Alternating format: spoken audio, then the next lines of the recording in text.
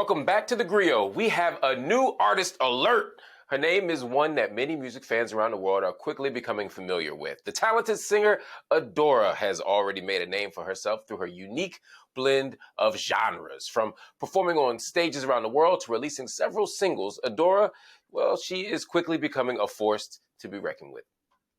Time, no gonna waste my time. Yeah. Give me the love with the ginger body, oh, no be the one online. Don't wanna waste no time. I don't wanna waste no time. Yeah. Give me. That is from her latest single, Slow Down. Everybody, please welcome to the show the talented Adaorah. Adaorah, good to see you, my sister. Hello, hello. Good to be here. Yeah, I am a big fan of what I've heard so far. You have such a unique musical background. You just bring something different to the table. Tell us about how you got started. Wow. So my journey started since I was 13. I actually started singing opera and doing classical music and competing across the States in different genres. So I was singing in French and German and Latin and all that jazz. And then I merged into more R&B, soul, pop. And from there, I kind of dissected myself into more Afrobeat soul. So that's in the space I'm in right now. And I'm so excited to be here. I just love Afrobeats, everything it's about. And I love that I can bring everything that I've done in the past into my music as well. So when you think about your sound, you would say, I am an Afrobeat artist, an Afrobeat soul artist. If you had to describe your sound, how exactly would you describe it? Whew, that's tough. I would say fusion. So like an Afro pop soul fusion. Yeah. Afro pop soul fusion. I love that. You know, there are so many artists out there who bring lots of things to the table. And sometimes the industry or producers or their own ideas of what it means to be successful will limit them. It'll narrow them. And before you know it, everybody's just a soul artist. Everybody's just a pop artist. And being able to even embrace those other roots, I think that's important, especially at a moment where Afrobeat is kind of making I won't say a comeback because it's always been dope around the world, but where it's starting to make its presence known right here in the United States.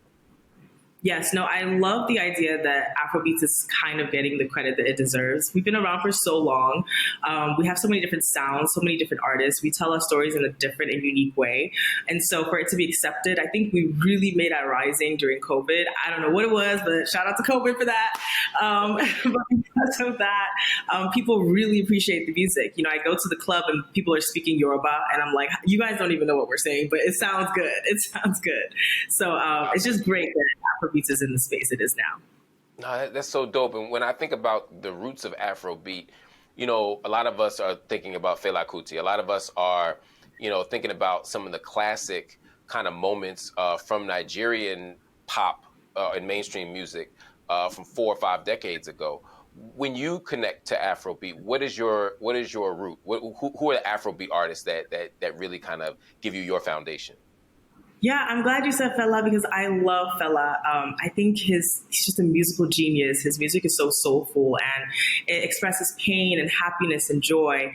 And currently now, one of my favorite artists is Burna. And I think Burna because he took Fela's music and modernized it and kind of made it his own.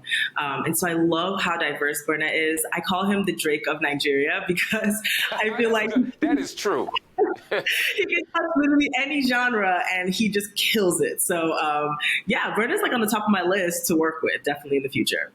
Oh my God. Now you're not just a singer, although you're amazing at that, you're also a songwriter.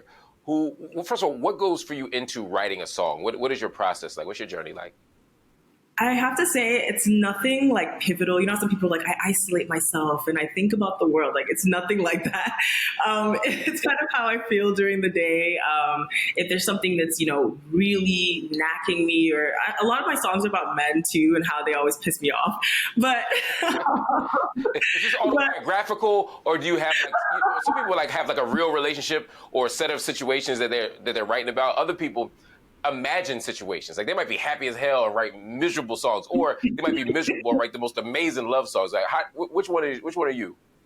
Ooh, I feel like I'm a blend of both. I feel like my imagination definitely runs wild, so I channel different things in different scenarios. Sometimes my friends will tell me stories and I kind of write about them. One of my friends got mad at me for doing that, but that's what you get when you're friends with a singer-songwriter. So yeah. Yeah. I like that. It's a mix. When people listen to you, what kind of experience do you want them to have? What do you want them to get from it? Ooh, I want them to go on a journey with me. So, for instance, with Rock My Body, it's kind of a play on Rock My Body, and it's basically about having fun and living light and men, but saying, a lot of women, we go through this thing where it's like, we always have to prove ourselves to men, that 50-50 thing. Let's axe that out. Listen, show me what you got, and then I can show you what I can give you in return. So it's just vibing, Slow Down, for instance, is about enjoying the moment and, getting rid of the fake love and just giving me something real. So everything is just about a journey and it's storytelling, and I want people to feel that with me. Man, that's a nice idea of a journey. Do you feel like love is the center of what you're going to be writing about throughout your career? Are there other topics you want to take up? Oh yeah, no, we're talking about everything. Okay, listen, I am a Nigerian woman, and especially I'm an Igbo woman. And so Igbo women, the thing about us is we like money and we like success. And so there's gonna be a lot of like, hey, what's your pockets looking like? But there'll be also songs about love too. Now that's a certain kind of love. That's a certain kind of relationship. But but I think that's an interesting one, right? It's not all sappy romance stuff. Although that's good too. You're gonna keep it real with the money. What else is up on deck for you? I know you have some new music coming out. I know you're gonna be hitting the road. I know you want to connect with your audiences. So what do you have moving forward? Yeah, so I'm currently on a music tour right now in Nigeria, performing at a bunch of different festivals. In the new year, I'm releasing some new music and an EP, as well as collaborating with one of Nigerians' most popular artists from back in the 80s. We're remaking his track, so that's exciting.